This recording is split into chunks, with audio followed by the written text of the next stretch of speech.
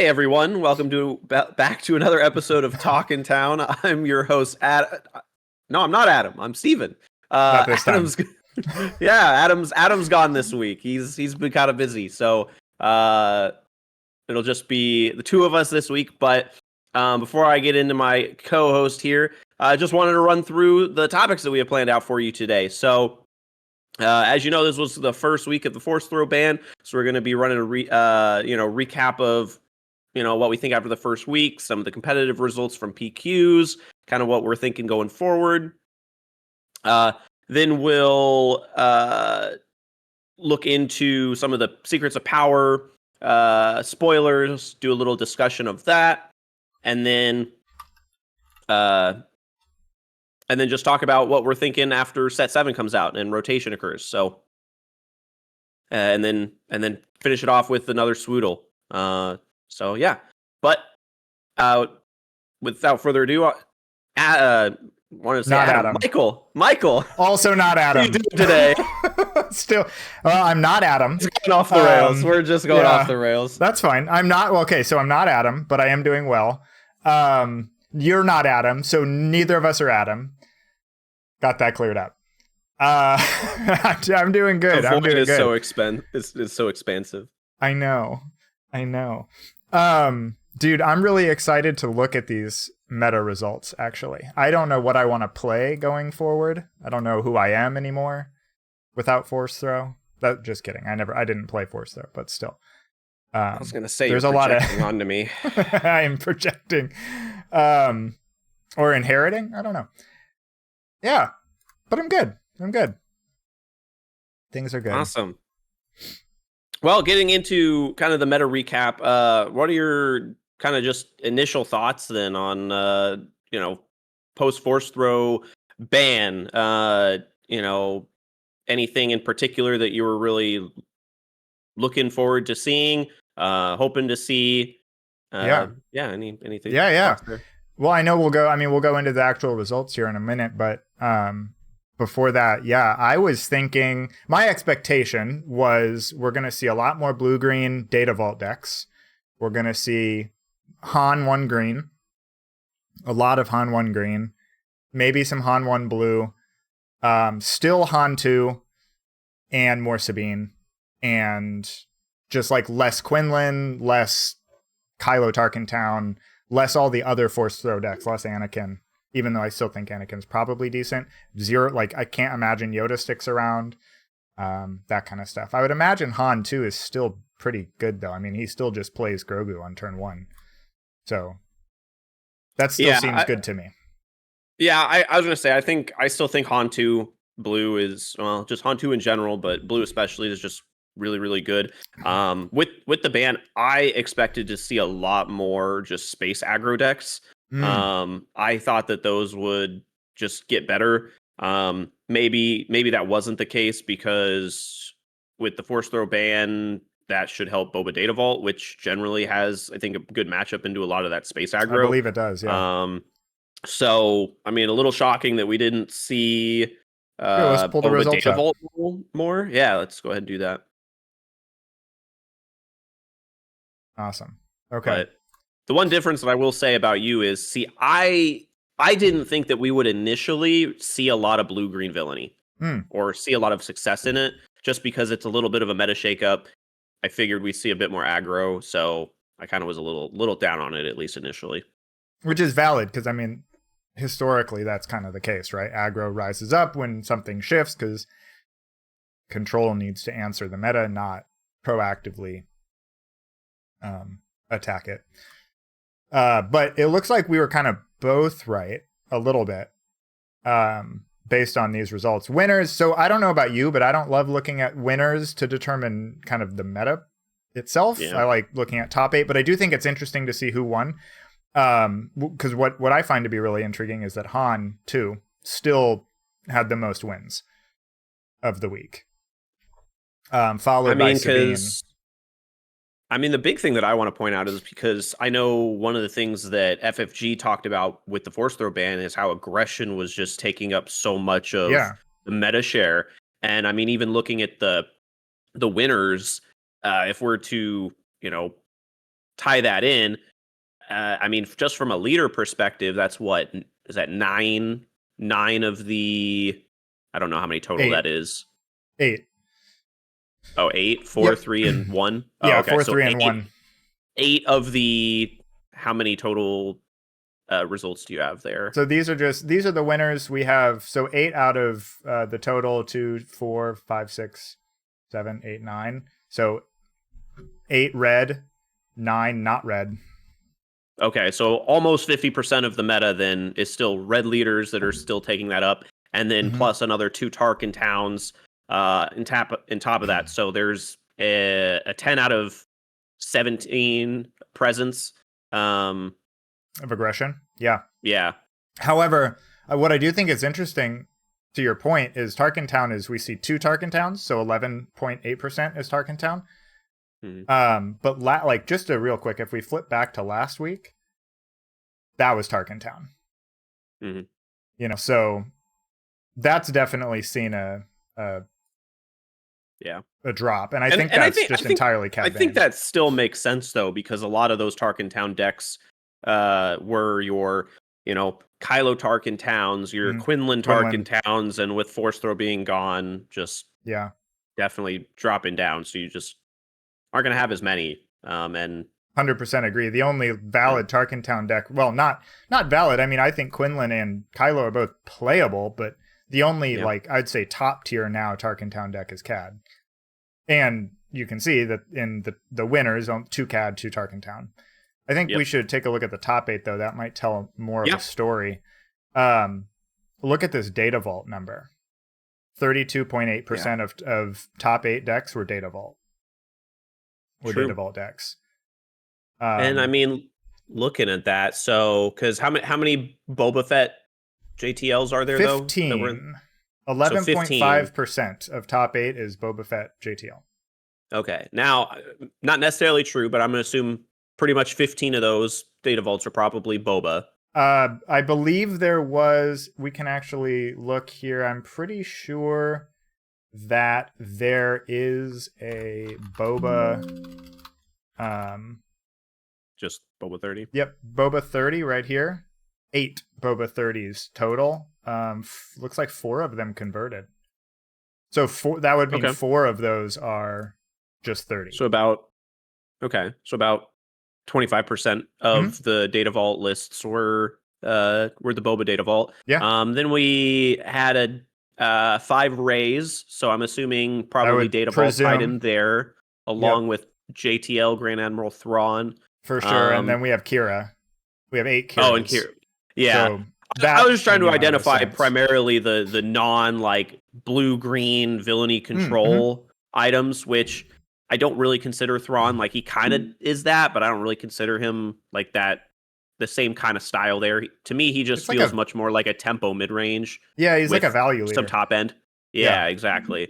Yeah. So I actually took a look at those decks, and I'll say something about them here when we're done with this. The Thrawn JTL decks, because I think one of them went really far, right? And it was crazy looking. It was awesome. Yeah, I mean one of them. Won one of the PQs in the UK. Yeah. Yeah. One of them won. Okay. Yeah, that list had like set 1 Yoda unit in it, hero Yoda unit. Yeah, you're right. It did. It was very cool. Yeah. Huh. Yeah. Double trigger the draw and then activate Anakin. Seemed good.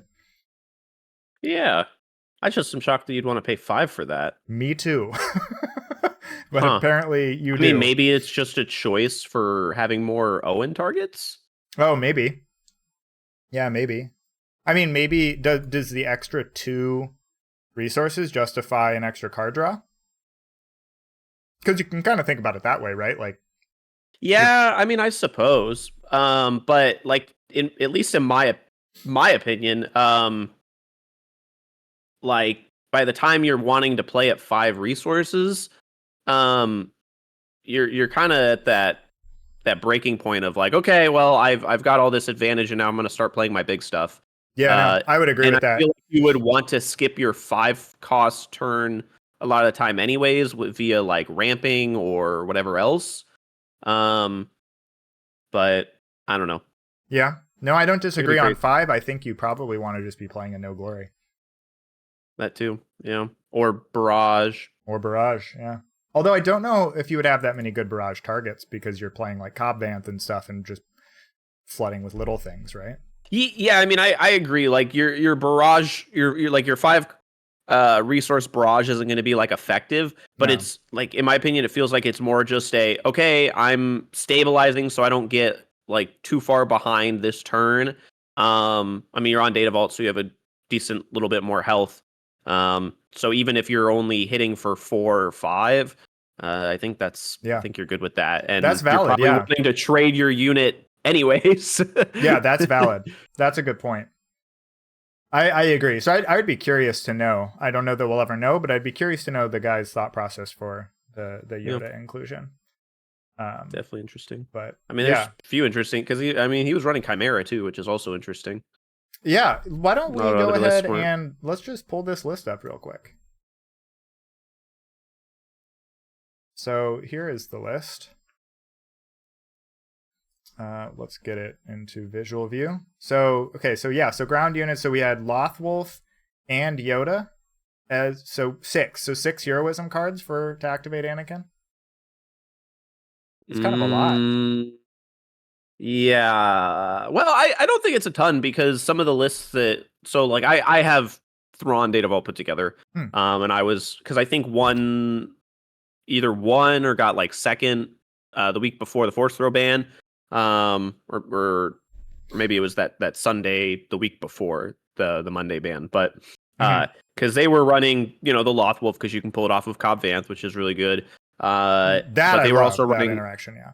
Yeah, but they were also running Spark of Hope. So they were, because it was Oh, weird because they were running Super Laser Technician.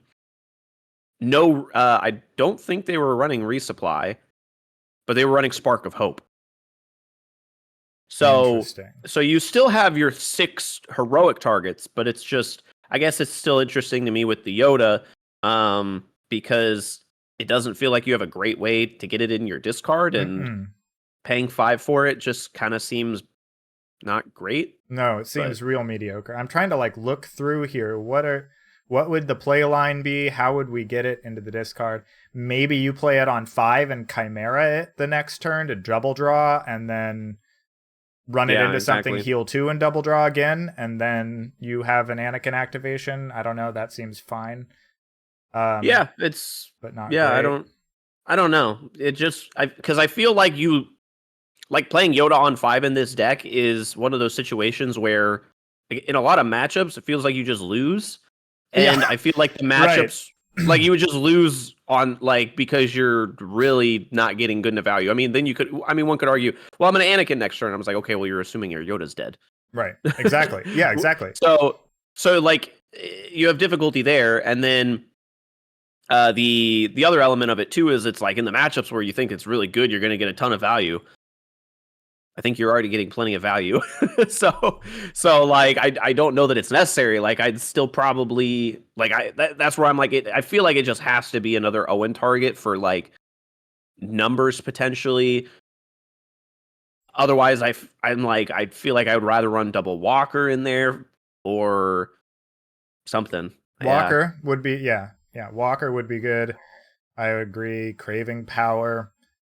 Fell the Dragon. Yeah, Fill the Merciless Dragons. Yeah. Contest would be good. But yeah, I don't know. I might have to throw this together and try it out. It looks really fun. And congrats to this dude for winning a PQ with this. This is sick. Yeah. I love it.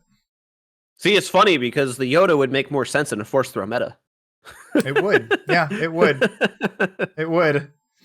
It really, really would. Here's something interesting. There are still some Quinlins in the top. So we do still see 3 Quinlan. 3 Kylo. I don't think that most of those Kylos, I'm pretty sure, were Data Vault. Okay. I know there was a Kylo who, I believe there was a Kylo who won one of the Kylo that won here. This was a Data Vault Kylo. Yeah, that makes sense.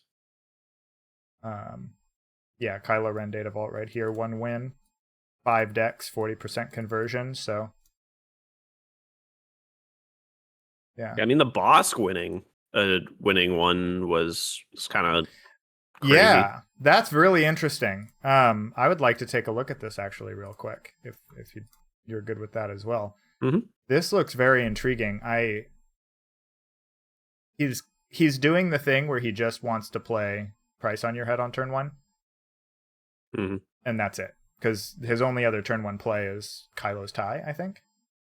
Well, I mean, you could still play Deathmark and start pinging stuff. Oh, sure, You could sure.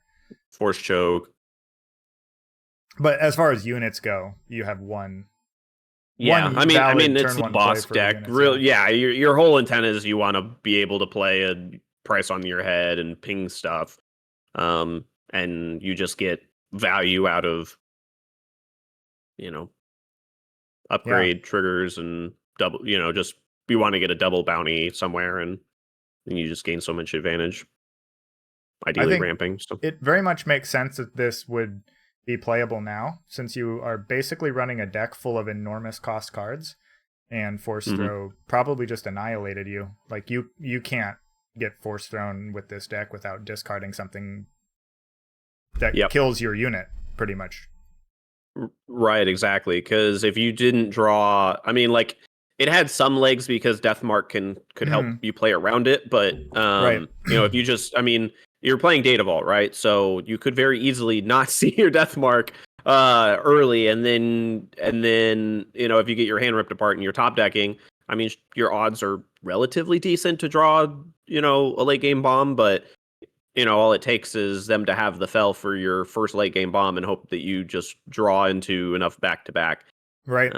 Or your hand gets ripped apart and they have the last Force Throw, you top deck and they Force Throw you and you throw away Devastator and feel bad. Yeah. So, that happens too. I mean, I do like the idea of playing this deck into some of the blue-green villainy, just because of your access to play Crate, you have access to Devastator. I mean, I don't know if you had the side pulled up. I don't know if he was running Planetary Bombardment, but I could totally see him trying to side that or something. Oh, it looks like it's cut off here a little bit. Whoops. My bad. That can be solved. There we go.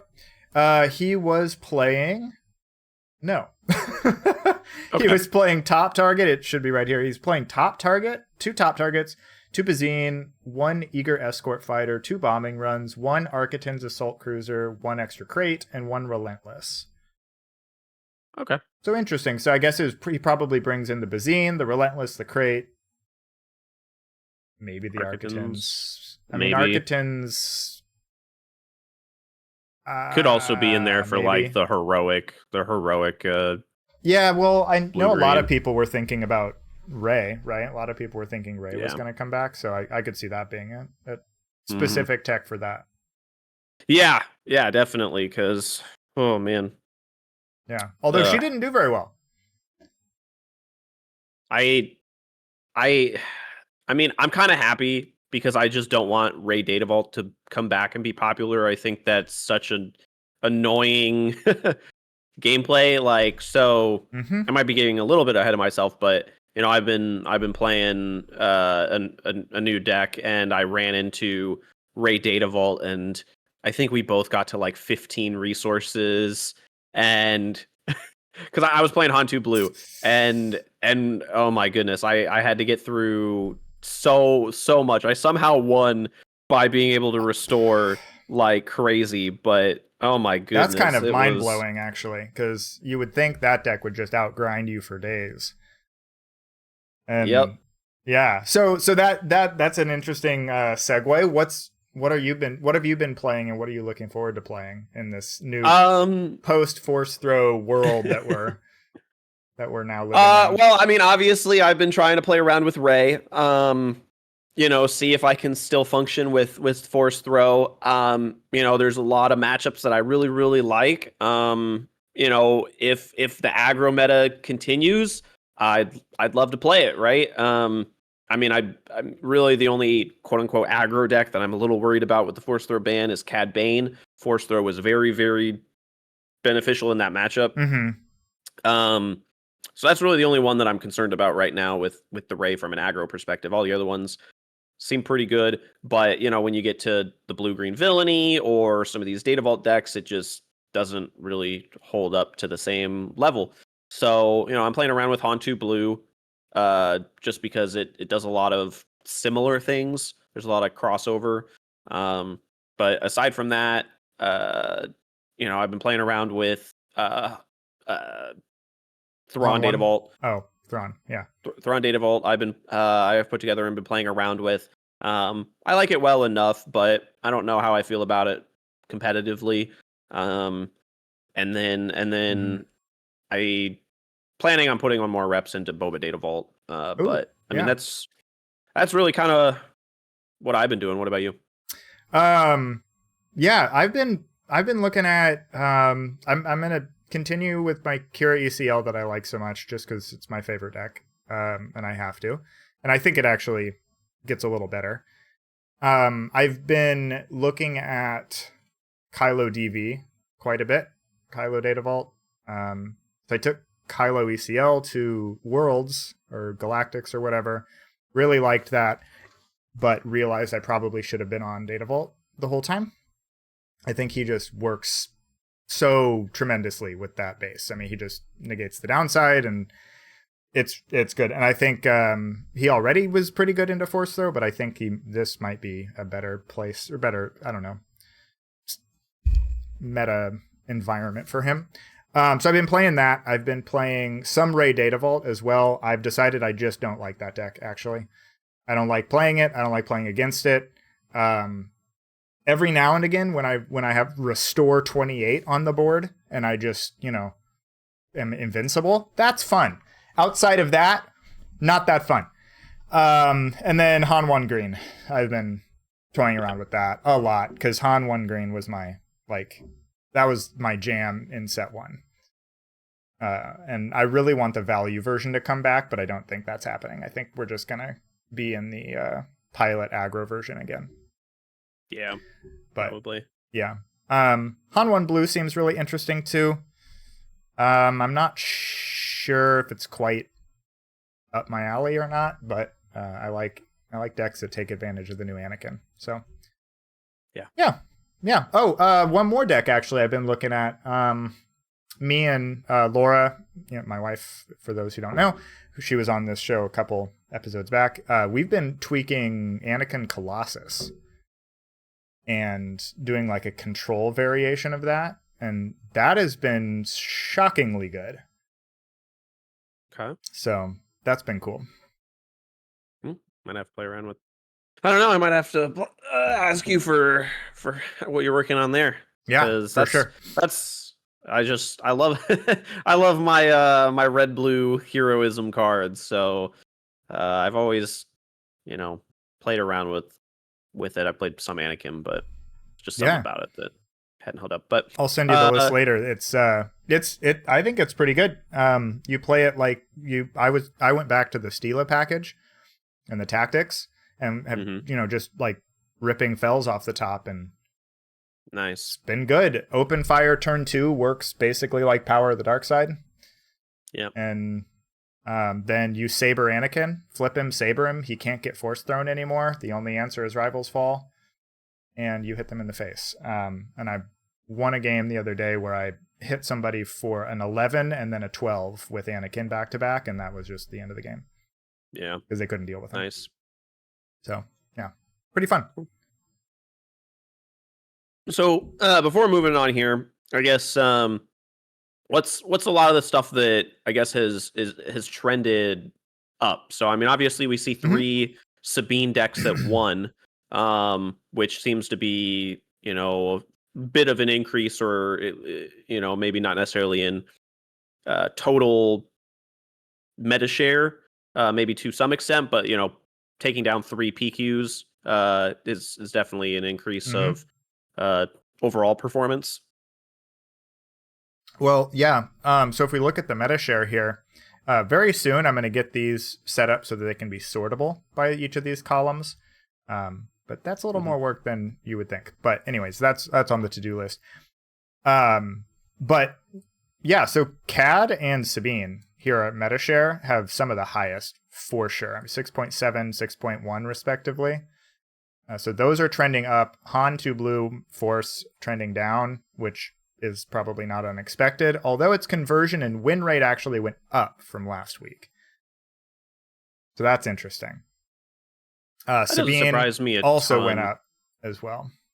Yeah? Why is that? Oh, I just think with Han 2 Blue, I think it is definitely one of those decks where if you're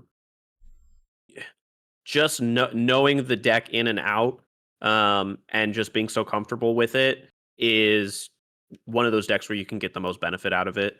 Just because of how it lets you, cheat out your turns a little way, or a little bit, because you have so much flexibility in how you can play out your turns of, oh, okay, am I going to play a 6-drop on 5, or am I actually just going to play, a 5-drop, or am I going to play, 2-3 drops, or whatever it may be, right? Your play lines are more complicated because you have, the ability to discount stuff. So I think that familiarity just helps. And because people are like, oh, I don't have Force Throw anymore, I feel like a lot of people are just like, well, I'm going to play this deck because it's just the best deck with Force Throw.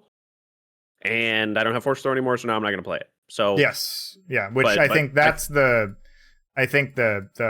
perception is that he got a lot worse. And I definitely don't think that's the case. But so what you could say, and I think kind of what you are saying is, we could interpret this as the meta share went down, so a lot of people dropped the deck, but probably people who are more, I don't know, quote, diehard Han2 blue players probably did not. So that would mean that the win rate and conversion would go up because better players stuck with the deck, and maybe some of those who, weren't as familiar with the deck or just playing it because it was like the, the hotness at the time or whatever, kind of dropped off. So I can definitely get behind that. I would agree. The CAD going up in conversion does shock me a little bit, just because I figured that deck would be more popular. As we saw that, the meta share went up, so that surprises me to an extent. I figured the conversion would have gone slightly down. I also think that it was one of those decks where people knew about it, but they weren't exactly preparing for it. I would also agree with that. Yeah. So I feel like this would have been the week where people are like, there's going to be Cad Bane. People are going to play this deck. I have to be able to beat Cad Bane. So it's just a little surprising. I would agree with that. What I also think it's interesting that his win rate is down, but his conversion is up from last week. So and high meta share. So I would estimate that this is probably the inverse effect of Han. People picked this deck up and don't know how to play it as efficiently, and then but the people who, a lot of people who are good at it converted. Yep. And high meta share. So that would be representative of that, and I think that's probably accurate. And I know that was a lot of people's predictions were lots of CAD. They were expecting to see lots of CAD.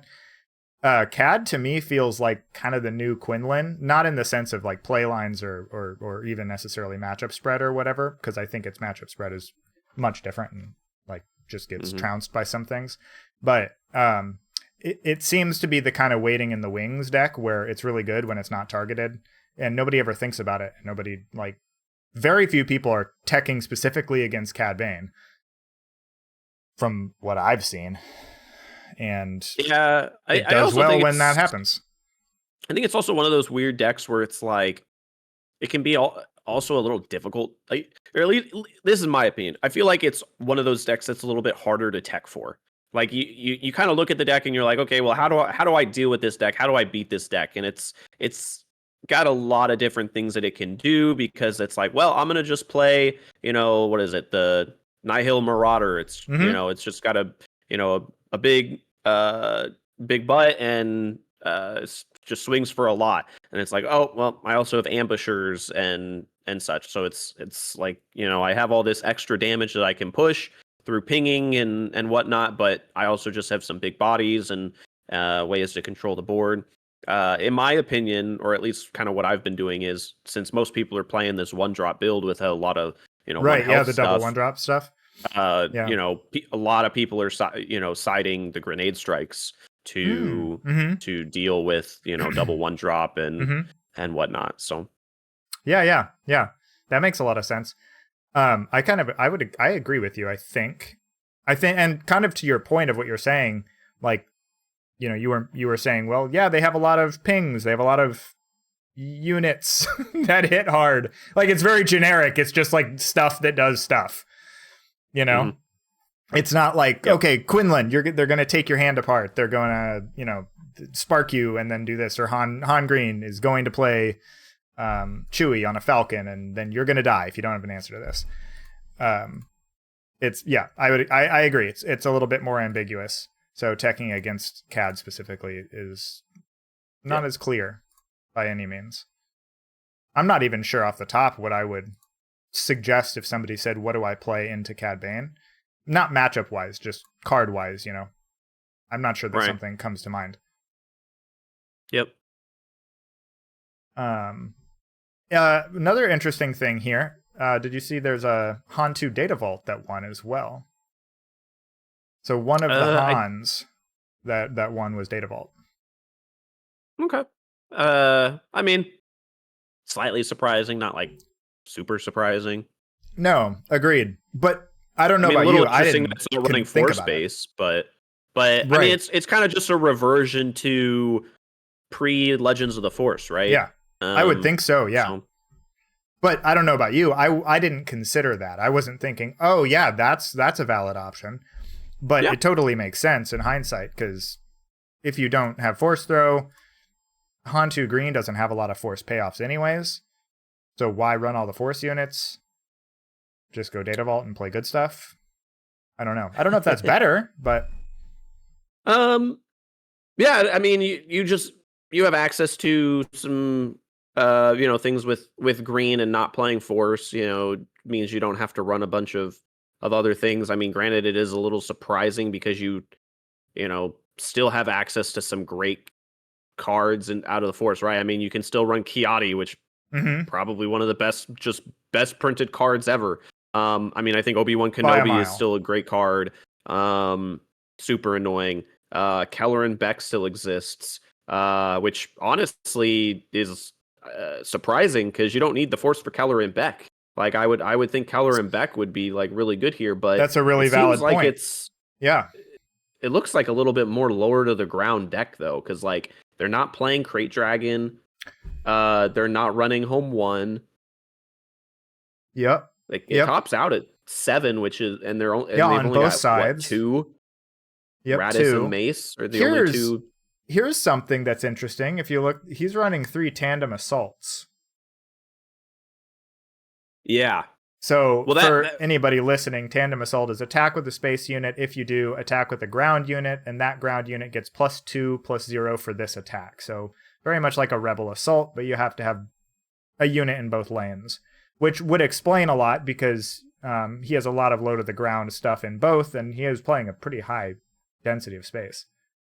Yeah, the space numbers were a little surprising because, I mean, last time that I remember, or last time that I really played against Han 2 Data Vault would have been at it was an Ankeny PQ back in June. So before Worlds, before Legends of the Force. Yeah, I was at that one too, yeah. Yep, and I know a lot of the Central Spacers were really high on the deck at the time. And so they were playing it, and I know their big issue with the deck was it lost a lot to the space aggro, particularly Vader Yellow, and I mean they made some adjustments to address that, but 16 space units here is definitely pretty significant compared to what I think we've seen previously. I would agree. I think if I were to hazard a guess, and just based off of memory, previous decks played Blue Leader, Red 5, and Hammerhead. That was about it for the space. I think at the end they were playing the black one. Oh, were they? Okay. Yeah, because of the Vader Yellow, they were playing the black one, because then you could just turn 2 Poe Dameron onto the black one, and then you have a Poe to also ping. Yeah, that makes sense. Because you have Poe, you have Chewie, R2. I think some were playing Luke Pilot at the time, maybe. I don't recall 100%. Maybe. Oh, for a cause. Okay, I was not expecting Yeah, that. that's why I was. Yeah, I should have mentioned that. So it definitely appears to be a much more like Yeah, aggro based deck. very much so. Which Armed to the teeth, heroic sacrifice. yeah, but almost just like Sabine Data Vault, but with Hantu. Pretty much, yeah, basically, and a cheeky Mace Windu for some reason. hmm So yeah, interesting. I kind of like that. That's neat. That's neat. hmm Awesome. Well, do you want to move on to our next topic here? Yeah, sure thing. Or unless So you have any additional thoughts. I mean, unless there's anything that you're, kind of still projecting of, after this first week of PQs, is there anything that maybe you think people will react with Hmm. based off of results that maybe didn't get the representation that you thought it maybe should, or? Sure. That's a good question. I still think so. I still think that Kira Data Vault should probably be played more. I suspect it's actually going to go down. I think it shouldn't. I think it should go up myself.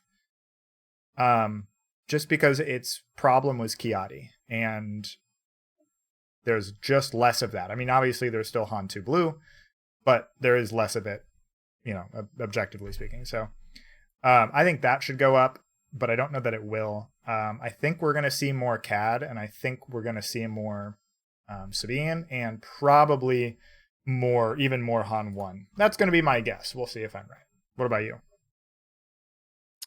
It's hard to say for me because I can't really think of a deck that, seems to be super under the radar that I think would come out and really perform well. I mean, if I had to, I mean, Ray Data Vault had good representation for the most part. Like, I mean, it didn't do like maybe the conversion wasn't great, but I could see that being a deck that a lot of people might just realize is just good.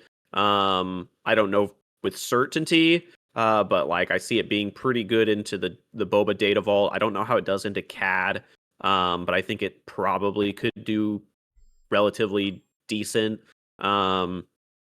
I'd assume that it's pretty good into I forget what the other one was, but I assume that it's probably favored into Hantu Blue to an extent. I still think it's I don't probably think it like is. 50-50. I think it'd be very 50-50, but I mean I think Ray might be marginally favored. But it depends. I could be wrong. Maybe it just completely flunders to Grogu start. I don't know that it Again, is. Yeah. I'm going off of Well, like one game with Hantu Blue, you know and what? it felt like a struggle as the Hantu Blue player, but it also felt like they had like the curve out pretty regularly. So it's Sure. tough to say. Interesting. Well, let's see if we have stats for it, because I feel like it isn't, but I'm going off of the opposite of having played a few games as the Ray player, and I felt like I just got demolished. Okay, so there have not been enough matchups, not even 5. So we haven't even seen 5 matchups between Han and Ray yet. Okay. In this meta, so we can't really tell yet. I mean, anything under 5 really doesn't tell us a lot of information. Yeah.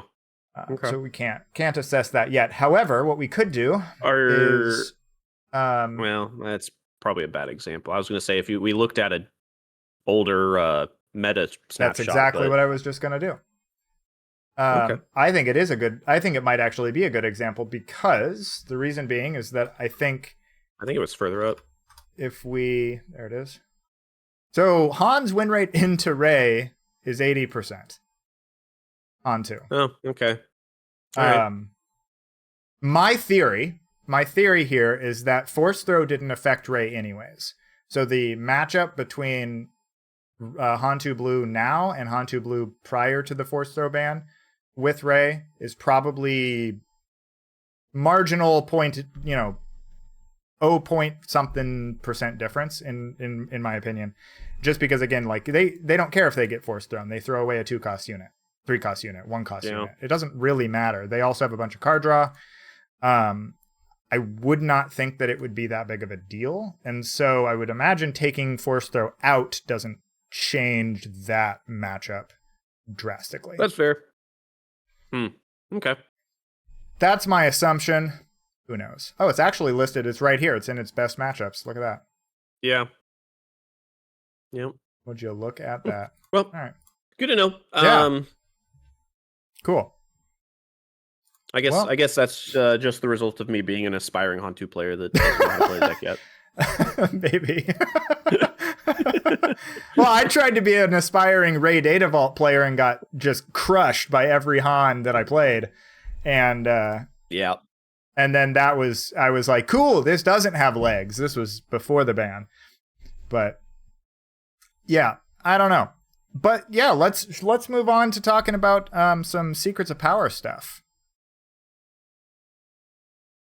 So I actually did a thing here, and I have all of the spoilers listed here, available for us, if there are any in particular that we'd like to discuss. How do you feel about the set so far? Set so far, I mean, I'm a little underwhelmed. This is kind of the fun thing that I have kind of noticed, though, that I think might be a little under the radar.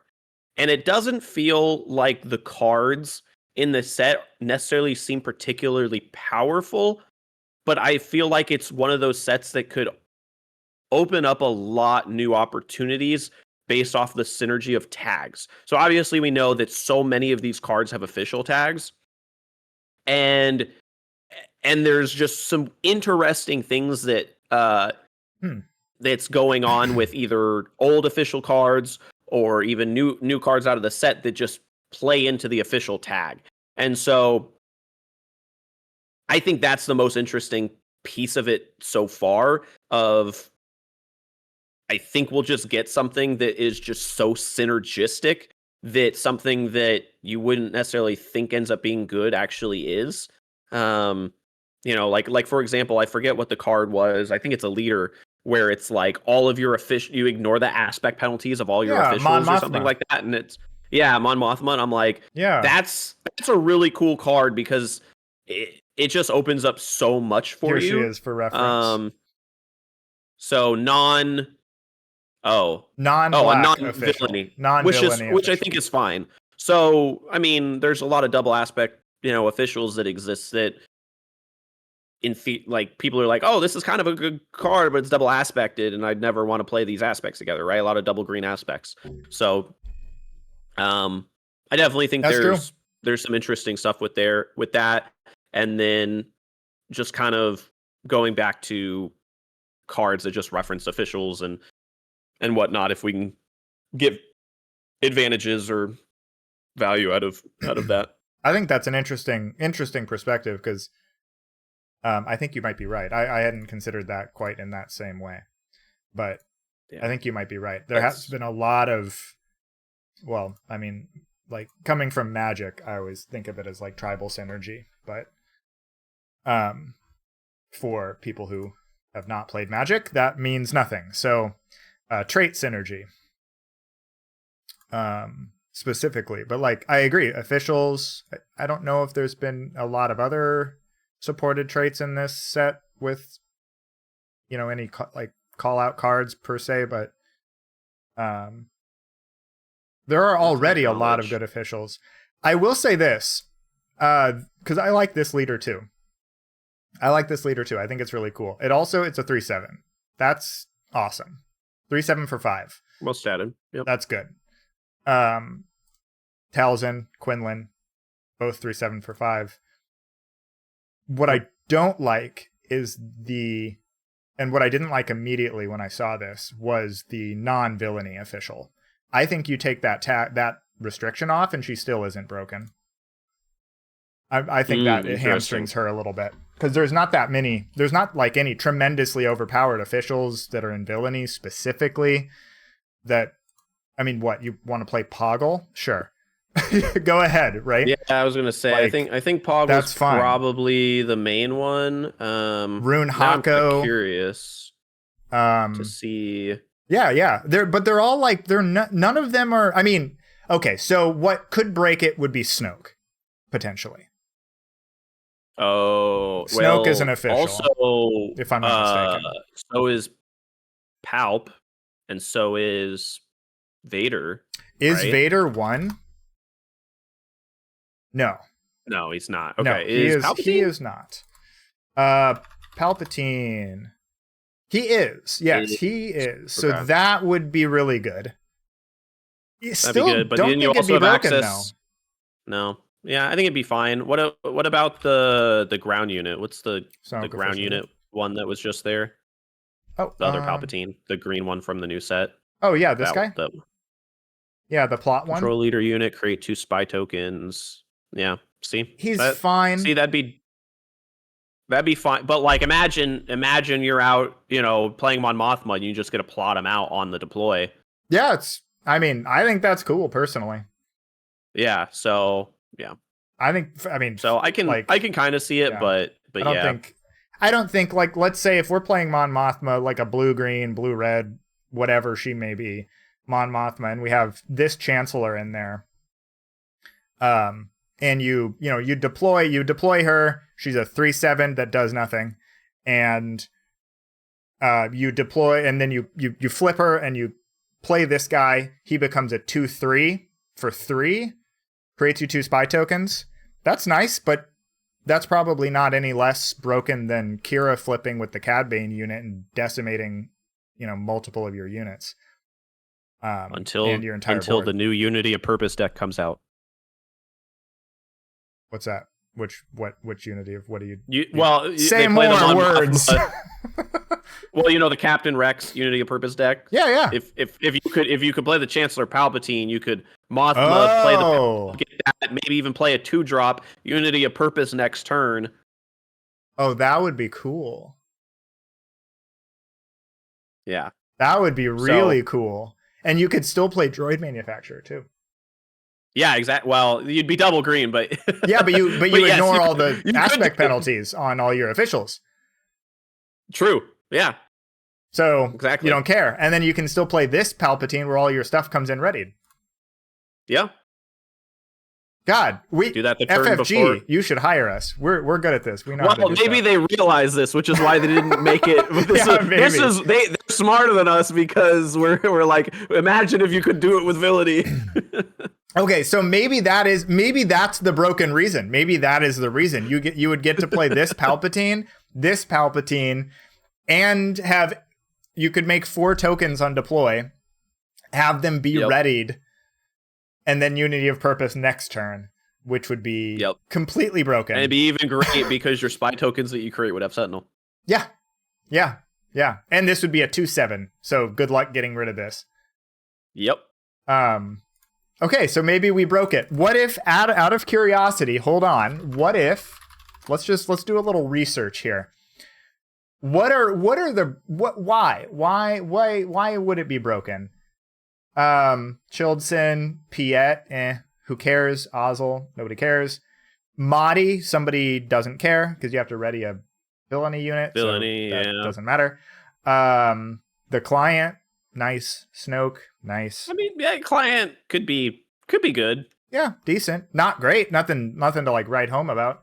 Grievous, okay, cool. You got a 4/4. Scroll back up to the. Yeah. Is that? General tag to trooper units. Yeah, that wouldn't. I was just making sure. I was double checking the tag. Yeah. That probably wouldn't do anything. Rune Hako doesn't. Nobody cares. Yeah, nobody really cares. There's better stuff. Yeah, Grievous. There's better stuff. Morgan Elsbeth could be like fun, but fine. Yeah, whatever. Poggle would be the main one. Oh, you get to play Mazamita though. Either way, that's actually really cool. Yeah, that's fine. I like that. Rush. Also, nobody cares. I mean, create a battle droid token. Maybe that's just another. Maybe too many still tokens. A 5/5 on attack for 4, and like it'd be a 5/6 on attack with her deployed. So yeah, too broken though. I think more than anything, it's probably future proofing. Probably just so it's future proofing, and I honestly think that the Chancellor Palpatine or the Chancellor Palpatine green villainy card out of this Mhm. set could be might have been a little crazy. Like a little too far. Yeah, Yeah, it's possible. it's It's possible. possible. I definitely don't disagree with you on that. Although it does bring up the point, and I know we're going to piggyback on, and not really piggyback, but we're going to bring up a Woo video and, get some of his clout on this channel real quick.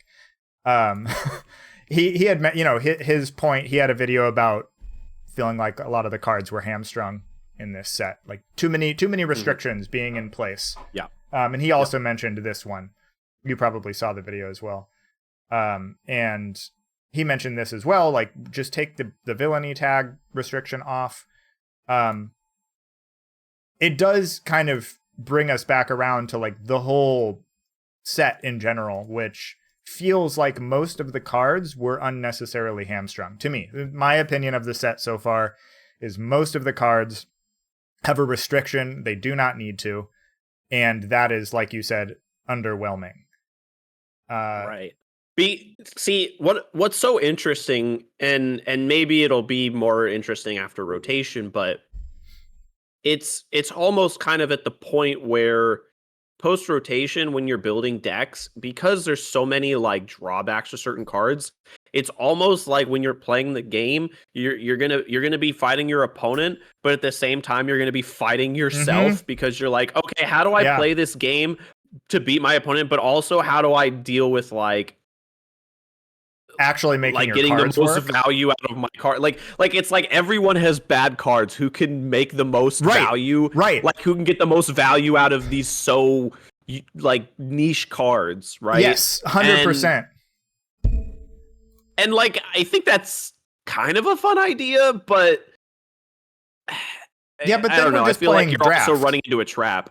Like, I mean, you're not wrong. I mean, that's absolutely fair. I mean, I still think it's a fair bit different because you're still building to maximum potential. Well, true, for sure, of course, and ratios and whatnot, and maybe you get a little bit more fun interactions because you are.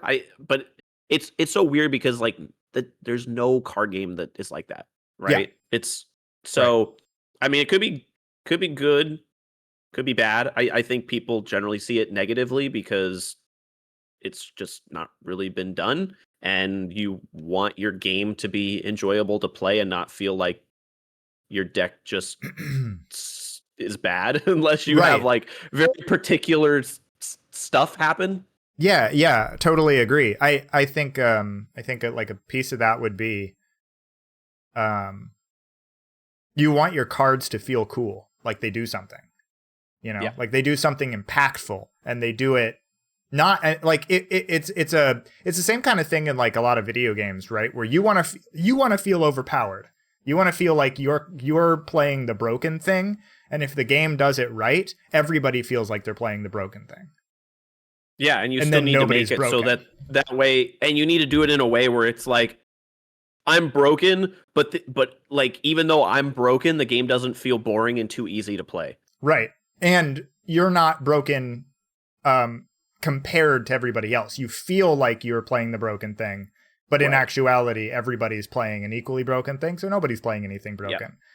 And that's, I think, my concern with like where they're going here with this set. And it feels like Twilight, where things like this card. I actually posted a reply on Reddit about this, and I had a lot of people who were like, no, it's going to be way too strong. And I still disagree. I think you just take the HP, both remaining HP, defeat a unit with power and remaining HP both equal to the number of ready resources you control. For anybody who's listening, not watching this, let me read the card quick. This is a 1-cost event. Can't be played from your hand. It says defeat a unit with power and remaining HP, both equal to the number of readied resources you control, and it has plot. I think just take one of those restrictions off. Just take the HP or the attack off. Make it one or the other, or make it not readied resources. You got to remove something. And yes, it would be really, really, really good, but That's kind of the point. Like, we're gonna lose power of the dark side. So Yeah. give us some broken shit is basically what I'm trying to say. Yeah, and then if it's too broken, ban it. And it is a plot card, so it's like in most cases you're only going to get it once, right? You're only going to be able to utilize it once. Yep.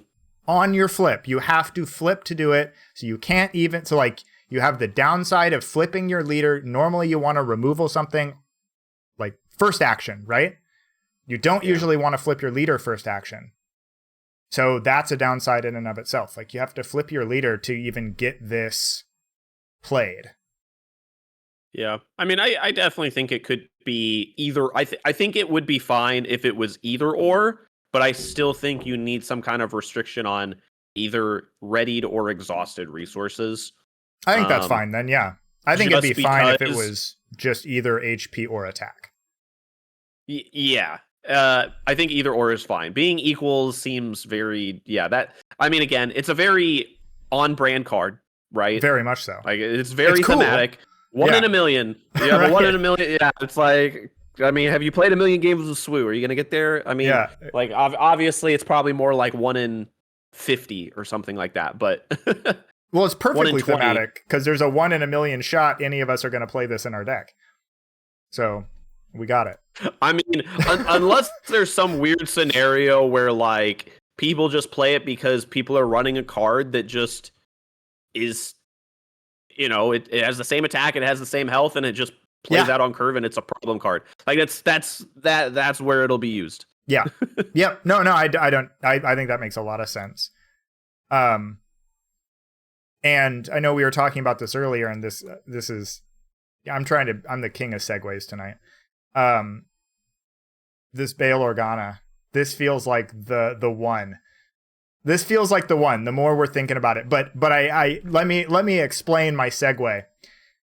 1 in a million played in the Bail Organa deck becomes significantly more interesting. In my opinion. Because then it's not a one shot, one use. You actually get to hold on to it and use it when it's applicable. Because you can flip Bail Organa over and over and over. And for context and here, for a cheap cost. Yeah. 1 or no 0. Wait, how does he work? It's plot. How do I work? Well, you're it's plot, so you're playing the card for 1. Yeah. So you pay 1 for the card, but his action requires you to discard 2 cards. Yeah. And doesn't have a cost. Right. Okay. But then you're effectively getting to still play a card. So it's like then it's only kind of like a -1, but then if you're removing something, it's kind of like a, you know, 1 for it's a 2 for 2, 1 for 1 if you want to simplify, etc. But yeah, I know, you know, we had talked about this card a lot, and at least the sentiment that I've gotten is this card is awful. Like this, why would you ever play this card? And like in generically as a standalone leader and draft for that matter, I think it's terrible. Yeah. But in the niche circumstances, and if somebody's able to find the circumstance where it's good, it's going to be good. Like, I mean, I've been theory crafting all day since I saw this. And, you know, I say theory crafting, but like just what are the scenarios where it's good? And my first, mulling ideas. And it's like the first thing I think of is, well, it's a 4-cost leader. So my instinct is, well, it probably needs to be a little bit more of an aggro leader. Plus, you're also discarding cards. So, you know, you're not going to get to late game, right? And if you can deploy multiple times, cool. I mean, you can get stuff back from your resources. So if you do need to get something back, great. But the question was, how do you mitigate the discard too? And well, it's a leader that can deploy multiple times. I forget what the base is called, but there's the like shadow encampment or whatever. Let's pull it up. Shadow Collective Camp. So it's like when you deploy a leader, draw a card. Well, cool. Guess what? I only have to effectively discard 1 card for Bail now. And I mean, granted, you can get cards back. and you can get the card back earlier. I mean, it can be a little more difficult because you would have needed something to die before you deploy them. But Fair. you know, if you're able to, uh, a lot of people said, oh, it's just going to depend on how well you can plot, and I mean, most of them had seen to this point. I think like almost every plot card that we had seen outside of like 1 in a million were villainy cards, right? So I looked at this myself earlier because I also was mulling ideas, and not necessarily, but yes. So I guess what I meant was Yeah. there wasn't a ton of heroic stuff. There really wasn't any heroic stuff that was plot. Not It was mostly really. villainy with some regular aspects. Yeah. You've got the two excuse me, the two green ones, the Naboo Royal Starship and Dracelian Commandos. Naboo Royal Starship is very clearly built to work with Bail Organa. Yep. Like, that makes a lot of sense now. It's a 4-cost, 2/5. Each friendly leader unit gets raid 2 and overwhelm. Makes sense, right? He becomes a 5/3 on attack. And you have a 2/5 in space. But yeah, outside of that, there's I mean, there's a lot of very interesting stuff here. Like, if you're able to draw a card every time with Bail for Shadow Collective Camp, you're playing it as an aggro deck, and you're able to get cards that you need back from your resources if necessary. Not saying that that's absolutely going to be necessary in the deck. I think ideally you don't want to play that mechanic if at all possible.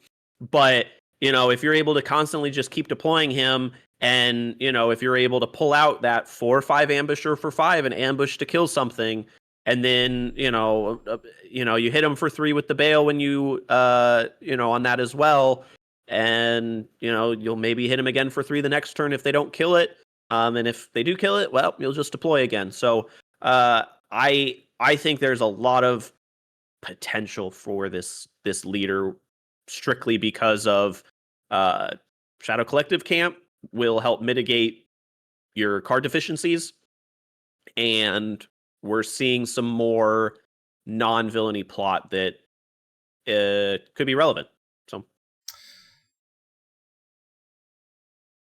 Yeah.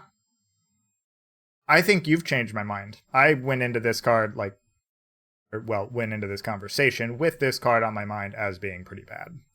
I saw this posted in the spoiler channel in our Discord and thought, oh, cool, the worst leader they've ever made. Great. Yeah.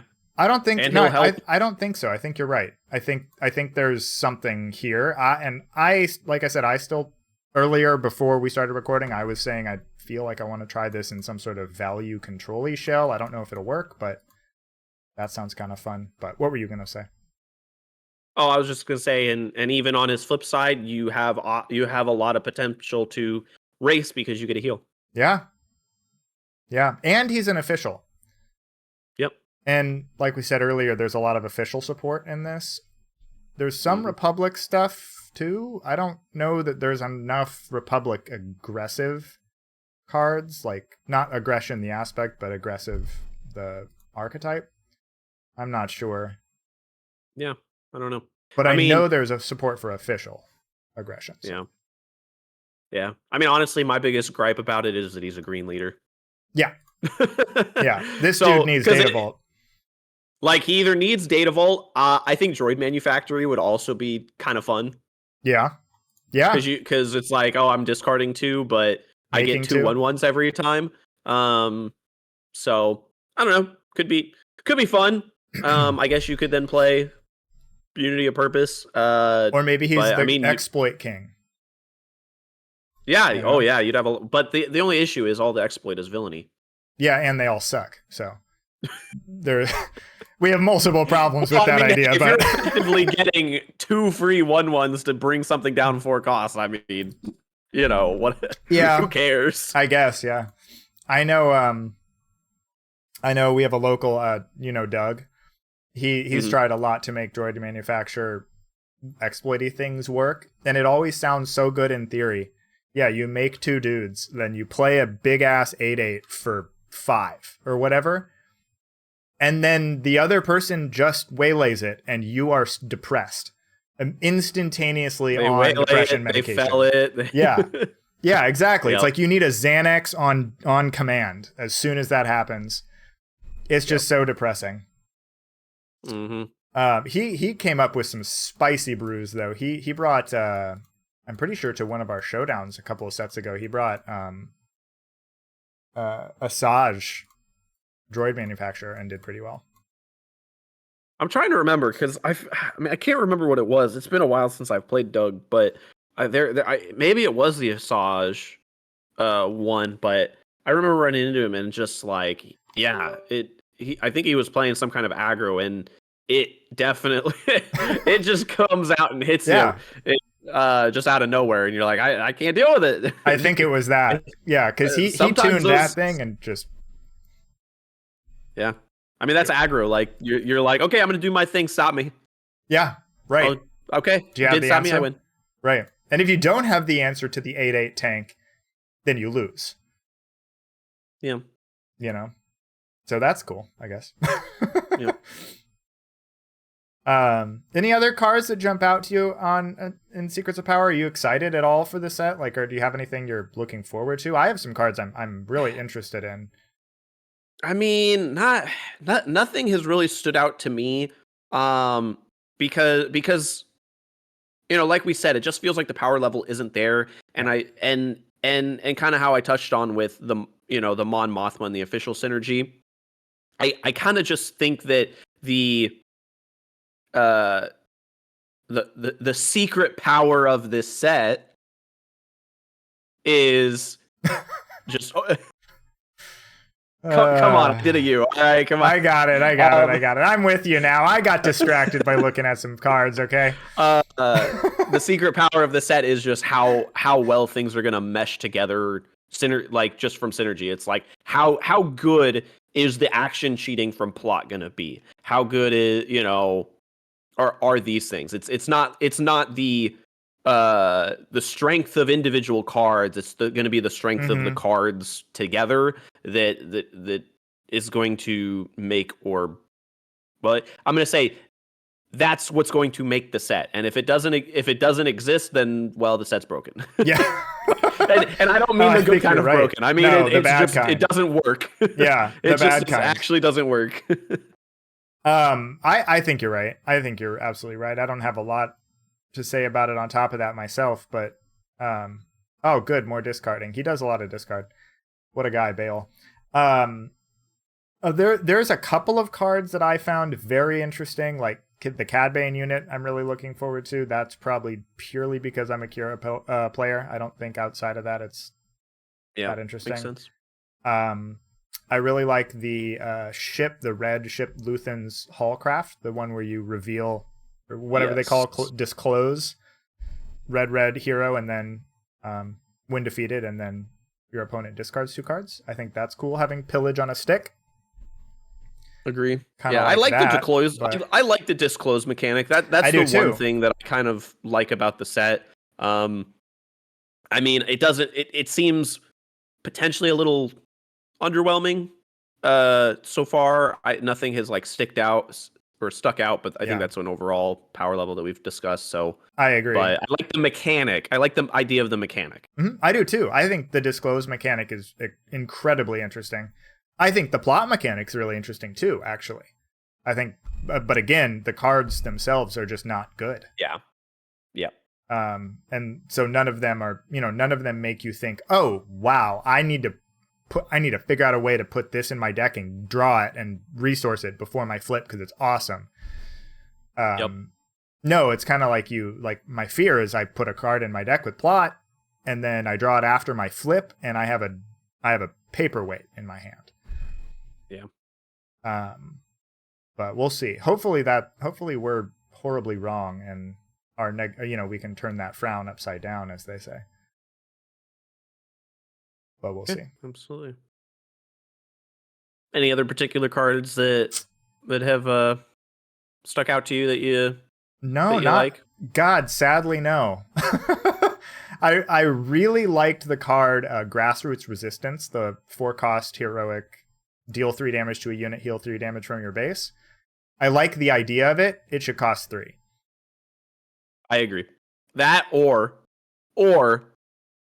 deal 4 damage to a unit. Correct. Yeah, great.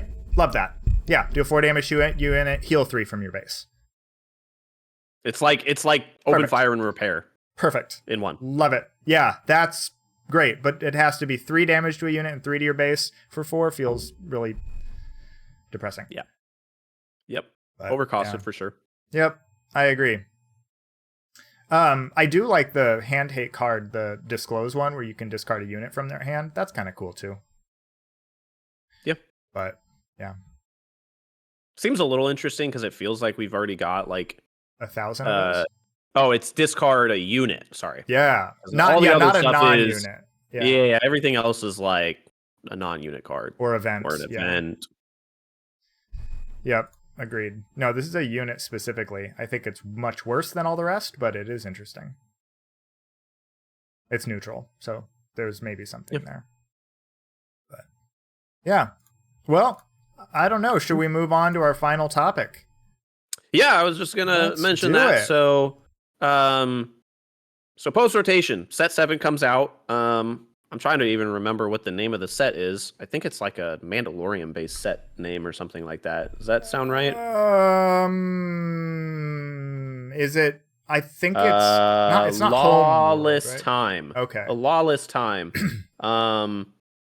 So it's gonna be probably a little bit more Underworld. I don't know exactly what period. You would think, right? But I see it either being like Underworld or like Mandalorian era, the Mandalorian era. Oh yeah. Between after Return of the Jedi, and so yeah. I can see that. That's what I'm thinking, but I don't think that that's necessarily true because set 8 is Ashes of the Empire. So I think that's actually probably more Mandalorian era. So I assume it's a Lawless Time. It's probably going to be like just Galactic Empire Underworld stuff, which seems a little redundant with Shadows of the Galaxy, wouldn't you say? Yeah, I kind of agree. I mean, granted, it's going to be rotated out, so true. They're going to need to replace Underworld stuff. Yeah. So I don't know. We'll see, but that's a good point. But like post rotation, man, it's so hard to think ahead because you don't know what's going to be in set 7, right? I mean, everyone has already stated that post rotation, the overall card pool is just not going to be as strong because so many of the good cards are in the first 3. I'm going to probably restrict it and say mostly the first 2 sets. Yeah. You could argue the first set even, but yeah, I mean, set 2 has very particular cards that are really good, like your Poe Dameron, your Maul, your Wrecker, Tech. Yeah. Tech. So that Pillage. Yeah, Jesus Christ. Hot Shot Blaster. Oh my God. Yeah, Hot Shot Blaster. So like you've got very particular cards, right? But it's much more condensed. So that'll leave I think JTL is going to be very, I don't necessarily want to say that it'll be the strongest set, but it opens that set up to be more itself. It just opens up the mechanic that set introduced than it was previously. And then I think obviously Legends of the Force was still a very, very good set. And a lot of the cards that were introduced in that set that we just don't see could maybe see their way back just to replace some of this, other Force elements that we had previously. But I mean, it'll all really just depend on how set 7 plays out. I mean, leaders that I think obviously Boba JTL I think will still just be really, really good. Post rotation, hard to imagine that it won't be. Well, Data Vault, the leader, Data Vault, and basically every card that has is there as in its main core, all are from JTL. Yeah, I mean, like you lose stuff like your ramp package, like you lose your ramp package, so that's unfortunate. Yeah, I that's mean, you could lose be stuff problematic. like your Kylo's tie silencer, but it feels like it doesn't feel like you're losing anything that just makes the deck run, right? The ramp's pretty significant, but I don't know that you necessarily need ramp for the deck. You can maybe just tailor it and do a little different direction. I mean, they'll obviously have to come out with new ramp cards that maybe are a little more conditional. Maybe you I start hope maining Cham they Syndulla. do. Like, who knows, right? I'm kind So, of worried they won't, but I they mean, we've have, seen we've seen it, but they're like conditional. So yeah, or bad. Or both. I was trying to be nice, all right? But like, I mean, what? Yeah, Spark of Hope's playable, kind of, and Is that a set 4 card? no, it's just a conditional ramp card. No, Okay. no, I was gonna say no, it's just a conditional ramp card. So I agree with you. Like, it's really hard to assess without seeing, we're only halfway through set 6's previews, and then we still have set 7 to see. However, just estimating based off of kind of what we've seen so far, I get a sense that we're going to see a lot less, kill cards, so to speak. Like, we're not going to see as many events that just remove things. I am not convinced they're going to reprint a resupply type equivalent. I have a feeling they won't, but who knows? All of this is because they have stated, I believe, in multiple live streams or announcements or something to that effect, that they have a goal of reducing the extremes of aggro and the extremes of control and having more unit-based combat. Which leads me to think that that's why we're probably not seeing a lot of that stuff. Like, we're not seeing super powerful removal. Like the No Glory is the only removal from 4 and 5, I think, that is non-conditional. You could argue Shatterpoint, I guess, right? But I consider that conditional though. Yeah, I would as well. So so I guess all that to say, like, I wonder if the landscape will be a lot more synergistic mid-range piles almost. Yeah. And but I also not wonder piles too is necessarily. I also wonder too, with the first 3 sets rotated, if every set kind of keeps to itself. If so, the way that I describe that is, it feels like the mechanics of these of particularly the set 4 and then set 5 are very distinct, right? Mhm. And if you kind of play into the mechanics of those sets, you kind of just have to stick with the cards that are released in that set. Yeah. Right. Especially once rotation occurs. So it's like, I'm going to play a very heavy ship meta, and that's the style that I'm going to play. I'm going to have my pilot deploy leader, and that's what I'm going to do. I'm going to play a force based leader, and I'm going to gain the force, and I'm going to get value out of gaining the force. Like, that's what I'm going to do. And then even now in Secrets of Power, it kind of feels like I am a deck that does plot things, and I do a lot of action cheating. And I mean, we'll time will tell, but I get your who point. knows how things will look for set 7. But at least so far, particularly from 4 and 5, it feels very much like siloed. The sets keep to themselves. Yeah, right? They're siloed. Yeah. No, yeah, I that totally makes sense to me. I is that, do you see that as a good thing or a bad thing? I see it as, in general, I see it as a good thing. Okay, but you're gonna have to explain more because I don't. so I think it's fun, or I think the idea is fun, where you have your decks that they release, and it's like, okay, here's a new style of deck to play, or here's a new way to play the game, right? So it's like every set you're like, okay, I've got a new way to kind of play the game, and I can play this deck. Or it's like, oh, I don't know. Actually, I'm just gonna do this other thing. Like it's a much more simplistic way to play the game, which some people could argue as bad. But it also reduces the complexity of the game. So we're a Star Wars IP. I'm sure they definitely want to appeal to a lot of the more casual people. It's a lot of people's first TCGs.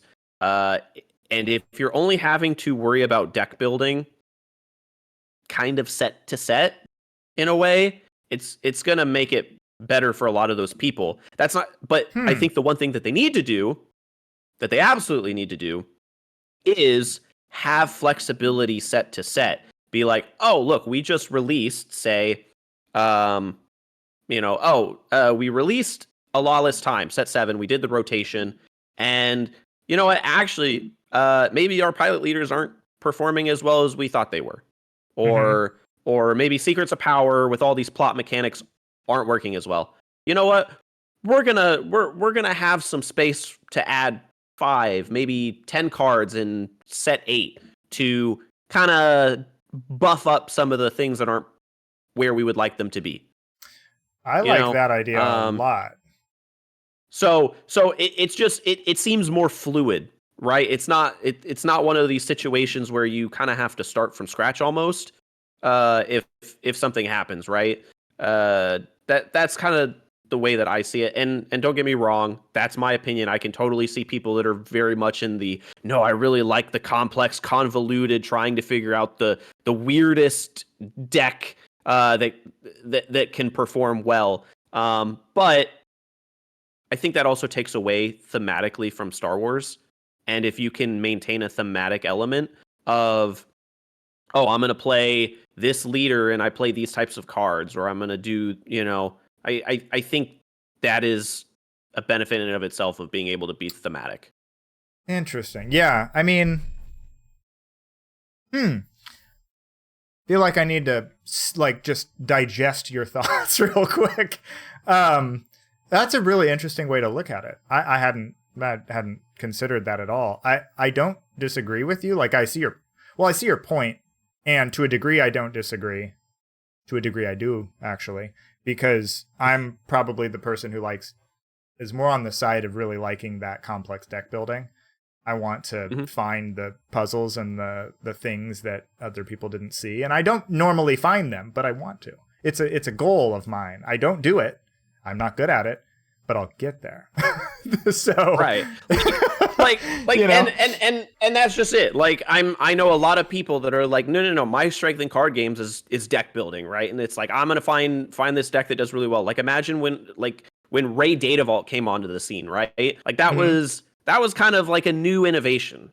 Yeah. It wasn't something where FFG is hand-holding us and being like, hey, guess what? Right. You should do this. This is how you should build your deck. Right. You should play some spy tokens in here. That would be perfect. Yeah. Right. And I still want that to exist. I want the ability for that to exist. But I think initially as a bit, you should still every set have a leader, or you want at least probably 2 leaders, at least a hero and villainy leader, where it's like they handhold you to, this is a good deck that we want you to, and this is how you should kind of build it. I do agree with that. It's thematic. I do absolutely agree with that. I don't love the idea of entire sets feeling siloed, like the whole of the set, I mean. But I like what you're saying about having like some structure within the set to kind of help out, right? Help people out in giving them direction. And I also I know a lot of people really like, I mean, in this game, traits, right? But like tribal synergies or whatever you call that these days. But decks that revolve around a specific type of unit. I know that's like a very popular and desired thing. I've never been somebody who likes those decks personally, but that's just a me thing. So I do think having some support for those, because so far we have Underworld and Rebels. And that's pretty Yeah. much it, right? Like I can't think of another one that has, and they're not even that interesting comparatively to one another. It's not like you have these very unique mechanics to them. So in Yeah. that sense, I think having more structure in the set, in the individual sets, is cool. Like I kind of like it from that sense. Right. I mean, like don't get me wrong. It's still always like a balance, but I think from a tendency perspective, Mm-hmm. I would want it to lean more siloed than I would like all over the place, right? So I'm Yeah. like, I feel like you'd want at least 65% silo, if at, maybe as high as even like 75% Mm-hmm. siloed, and then have room for this other stuff that you can filter in, and throw together. I could be totally off base with that, but I think allowing that and being able to keep things more thematic also is just gonna, it just enhances it'll just by default enhance the joy of people. That it's like, I'm only playing this game because of Star Wars, Yeah, that right? is very true. Yeah. Um, Yeah, that's so very so true. it's like it's not that I'm opposed for this other stuff, but I think you need to put more of a focus on doing this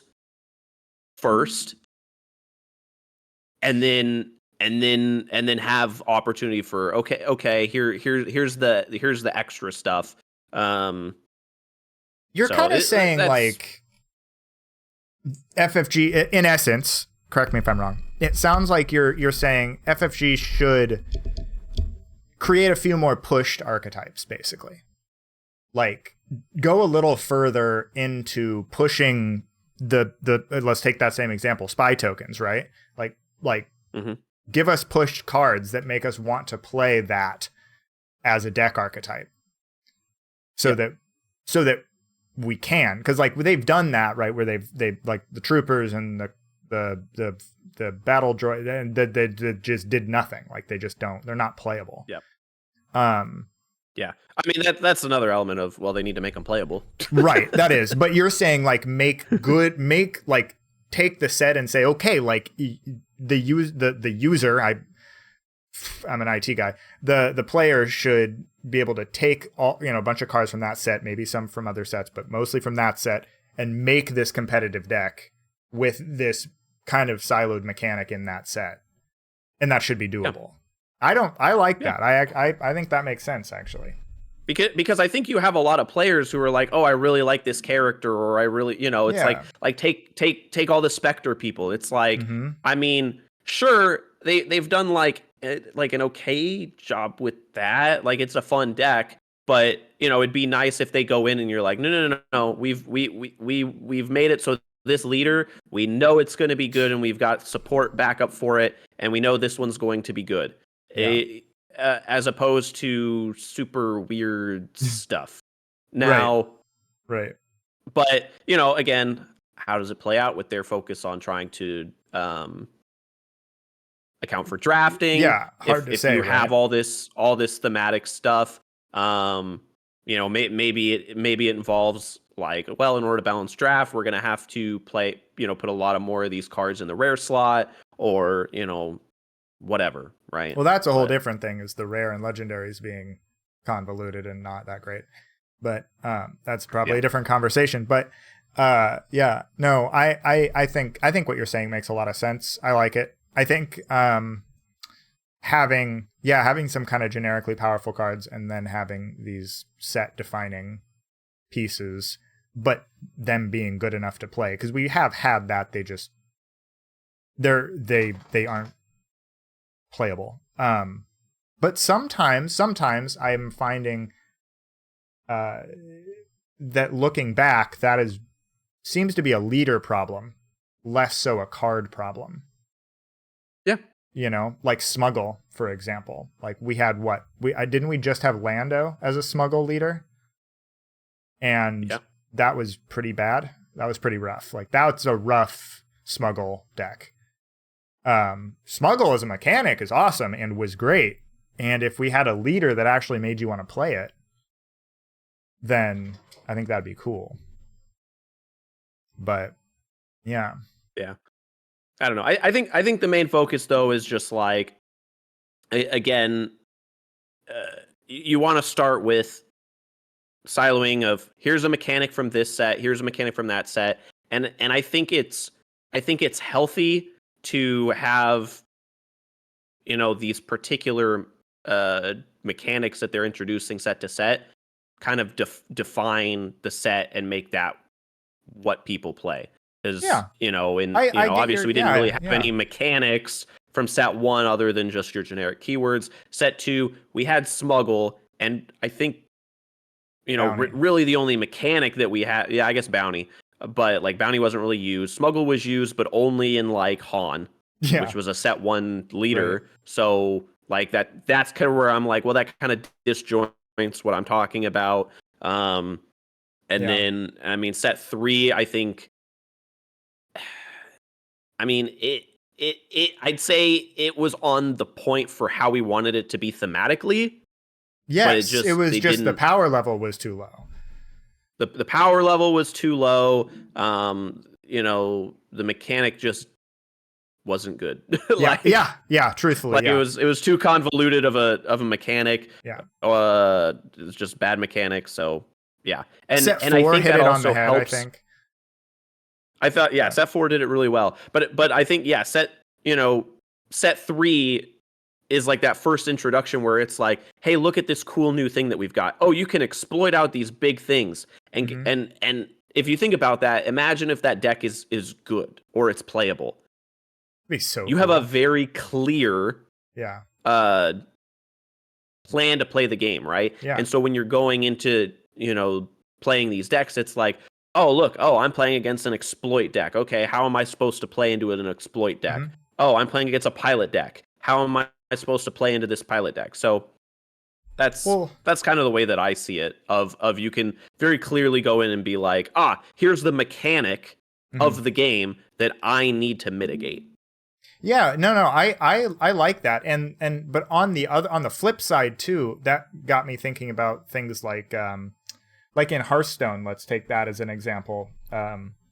Really any deck or any game, but like in Hearthstone, people say like go play a Hunter Beast deck. It's a deck that goes face, and you put beasts in it, right? And then that's what you do, and then you play those on the thing, and then you hit them in the forehead, and then that if you win or you don't. But the point that I'm trying to make is, not only is that, like you're saying, he's kind of nice to know from the opponent's perspective, but for new players, or, you know, that's kind of like the deck that you would say, oh yeah, you're new to this game, go play Beast Hunter, because it'll get you the idea of just like, here's how to trade units and hit them in the face, and it's really cheap. Yep. And it works, and it kind of plays itself, right? You'll be able to learn. So I think there's a lot of value in that. For new players, or for people, like, even if you just want to play something and you're like, I don't want to put a lot of thought into this because, you know, Quinlan Tarkentown you need a math degree to figure out how to win with that thing. Yeah. So yeah, and I'm not saying I don't want these decks. I do want these decks. Right, but you want both. I want both. Yeah. Right. Exactly. I think that both. makes sense. Yeah. Yeah, you want your cake and I think you have to. I think you have to start. I think you have to start with the deck that plays itself every set. You have to start with one from I think each color, from each hero villainy aspect. I think that makes a lot of sense. I think that I'm going to go back to the point earlier. FFG, would you like to hire us? We will happily give you these ideas at no charge. Except for the money you pay us to hire us, then it would be a charge in that sense. So just give us a call. Well, do you want to move into our swoodle to end our show here, since we are I mean, unless you have any other presentation thoughts. I felt like I kind of just I loved them. I loved them. Took it over. So my main thoughts are I think that was spectacular. You had way more intricate and unique thoughts than I did. My thoughts about rotation are that this is going to sound super single track minded, and it is. It is very single track minded. But this is kind of how my brain goes. I'm a control villainy player, right? Like, I play blue-green villain. That's kind of what I do. Before that, it was blue-green hero mid-range, and before that, or Han mid-range value stuff, right? And I like value decks. I like mid-range decks. I like soft control decks. I really like blue-green villain. How am I going to play that post-rotation? In what universe with these new cards do I get to play blue-green villain? Is it going to be Kylo, Data Vault, with no kill spells and no ramp?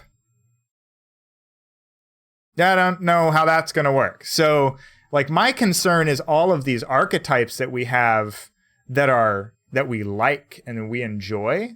I'm not sure if any of them stick around. I mean, I'm sure some of them do, but like, I don't know that most of them do. And truth be told, I don't know that that's a bad thing. I'm not looking forward to that because I really like the playstyle that I like. But I actually think, I'm kind of dovetailing this around, I think that is actually probably a good thing, because rotation will change things completely, like totally drastically shift the whole landscape. We won't have Vaders, we won't have Lukes, we won't have Resupply, we won't have Power of the Dark Side, we won't have, Crate. Open Fire, Crate Dragon. Yeah, right. Mace Windu, U-Wing Reinforcement, Home One. Like, all these cards that are in basically, like, are always in the deck. If it's a color, they can go in, they're in there. All of those are going to be gone. Vigilance, Cunning. I mean, it's crazy. So, I have no idea what it will look like, but my fear is that it's going to be a little bit like gimmicky, just unit smack each other decks. Yeah. But that's kind of like my pessimistic side speaking, my positive, and kind of like, it could be that we have some really cool new things because we're not being held back by the power of the first set. So, that's kind of where my thought goes. Yeah. I just want to make sure that they have some additional removal to come out, because I think it is just healthy. I don't think you want the game to turn into a completely just unit trade. No. Because otherwise you're just going to have weird situations where it's just not fun to play, because you're either constantly lane dodging each other or, right. It's just, you want mitigations in place for decks to be competitive. Agreed. And like, to continue that train of thought too, you also want different play styles. And without removal, you end up with, you really have aggro and mid-range, and everything just kind of devolves into kind of like a tempo race. And you're playing like a bunch of flavors of the same deck. Yeah. Which, like, I'm fine having reduced removal. Right. Like, we don't need as much removal as we currently have. I agree. But we don't need, I think we should at least have 50 per, if we had, I don't know even what, let's say we have 15 good removal cards right now. I think after rotation we should have like at least 8. I'd say minimum. Yeah. Minimum 8. Now, obviously they're going to tend towards red and blue because that's just kind of where they played those colors too. But that's fine. Mm-hmm. Totally fine. And if we look at it like you're saying, if we look at it, 8 removal cards, like 8 decent removal cards, that's totally fine. We had that in set 1 and 2, right? We got more, and now we have this like critical mass of enormous amount of removal cards. But we do need those fundamental ones like Super Laser Blast. Some variation of that is going to have to exist. Doesn't have to be Super Laser Blast. Could be a lot of things, but just as an example. So, yeah. Well, on this very happy and positive note, let's swoodle. Swoodle. Alrighty. Okay, so what are you thinking? What do I do? I put in does it just type in a name? Okay, so let's try okay. here, let's type I don't know. I like to start Luke. I love Luke. Which Luke? So what's the 4-cost Luke from Legends of the Force? Because I think 4-cost, maybe 5-cost unit is good to tell us, okay, are we really low, or are we kind of getting high up there in cost? Is it a Hero's Beginning or Faithful Friend? Yeah, it's a Hero's Beginning, I'm pretty sure. Okay, Faithful Friend is I don't have a clue. I don't remember. So do I just hit enter? Make guess. Oh, make guess. Above it. The button that explains itself. Yes, correct. Yes. Okay, so it is from LOF. It is a ground unit. And But then it's what is not the yellow? heroism. What does orange mean? So it means it's either force or fringe. Got it. It has force or fringe in it, plus possible additional Could be ones. additionals and not not heroism. Yep. So it costs more than 3, or excuse me, costs more than 4. 4. So Legends of the Force. So okay, and it's not rare. So we should probably then start with a common. Yeah. Okay. What is a common Legends of the Force card that costs more than 4? And it's got more than 3 power and 5 health. Common. Is Savage I a common or an uncommon? think it's an uncommon. Which, I mean, we could do. I mean, yeah, like try that. All right, I mean, let's do it. Yeah, Savage. that's Oh, fine. crap. Which one? I'd assume the second one because in order. Usually the later, yeah, usually it's like that. Okay. Okay. So it is either So, aggression or villainy. Yep. And this is an expensive card. It costs Yeah. more than 6. It has more than 9 Yeah. power and 6 health. Okay. Oh, but look at this. So it has to be force. Because force it does have to be force. So it is force. So what is a force unit that has more than 9 power? Then 9 power? Then 9 power. I actually wasn't aware that was a thing.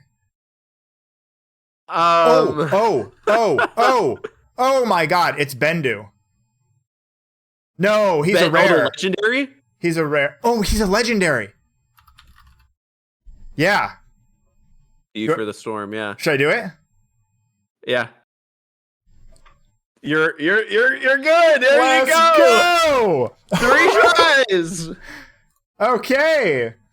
Oh, that's a good way to end the evening. That feels really good in my heart. There you go. Good job. Good guess. I was at a loss. I was like, I have no idea. I don't know how that came to me, to be completely honest with you. I think I remembered some old conversation that somebody said, oh yeah, Bendu is force. And I was like, I don't know who that is, but that's weird. He's a tree. And now here we are. So. All right. But he is a tree. Well, I think that will bring us to the end here. So thanks everyone for joining us. As always, if you have any recommendations, have anything you want us to talk about, any topics or anything in general, any ideas, let us know. I